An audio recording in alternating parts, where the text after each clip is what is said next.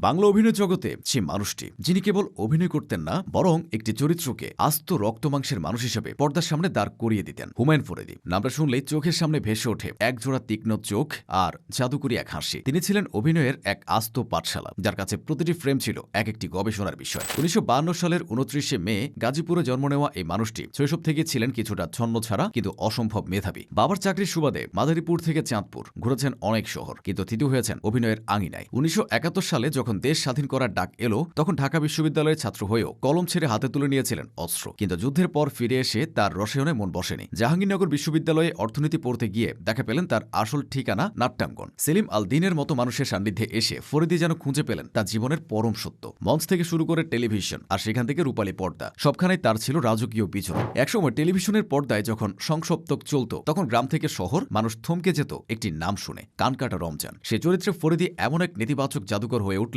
যে মানুষ তাকে ঘৃণা করতে করতেও ভালোবাসতে শুরু করলো। চরিত্রের ভেতরে ঢুকে পড়ার সেই যে নেশা, তা থেকে তিনি আর কোনোদিন বের হতে চাননি। ঢাকা থিয়েটারের শকুন্তলা, কীর্তনখোলা কিংবা কেরামত মঙ্গল, মঞ্চের প্রতিটি ধূলিকণা সাক্ষী আছে তার সেই দরাজ কণ্ঠ আর আকাশ ছোঁয়া দাপটের। ৯০ দশকে যখন তিনি চলচ্চিত্রের বিশাল ক্যানভাসে পা রাখলেন, তখন পাল্টে গেল বাংলা সিনেমার খলনায়কের সংজ্ঞা। এর আগে ভিলেন মানেই ছিল স্রেফ চিৎকার আর গায়ের জোর, কিন্তু ফরিদী দেখালেন ভিলেন হতে পারে প্রচণ্ড বুদ্ধিমান, মার্জিত, অথচ হাড় হিম করা ভয়ঙ্কর। সন্ত্রাস সিনেমার সেই অট্টহাসি হোক কিংবা দহনের অভিনয়, ফরিদী যখন পর্দায় আসতেন তখন নায়ককে সেটি হয়ে যেত গৌণ। দর্শক মন্ত্রমুগ্ধ হয়ে দেখত তার সাবলীল চলন আর প্রতিটি সংলাপের ভেতরের সেই নিগূঢ় রহস্য। বাস্তবতা হলো বাণিজ্যিক সিনেমায় ঢুকেও তিনি তার শৈল্পিক সত্তাকে কখনো বিসর্জন দেননি। ৭১-এর যিশু, শ্যামল ছায়া কিংবা জয়যাত্রা, মুক্তিযুদ্ধ ভিত্তিক প্রতিটি ছবিতে তিনি ছিলেন অনবদ্য। ২০০৪ সালে মাতৃত্ব চলচ্চিত্রের জন্য তিনি অর্জন করেন জাতীয় চলচ্চিত্র পুরস্কার, শ্রেষ্ঠ অভিনেতার সম্মান। কিন্তু ব্যক্তিগত জীবনে মানুষটি ছিলেন ঠিক বিপরীত। ভীষণ নিঃসঙ্গ, অথচ দারুণ এক প্রাণখোলা আড্ডাবাজ। সুযোগ পেলেই হয়তো বসতেন কোনো চায়ের দোকানে, কিংবা শুটিংয়ের ফাঁকে গল্পে মেতে উঠতেন একদম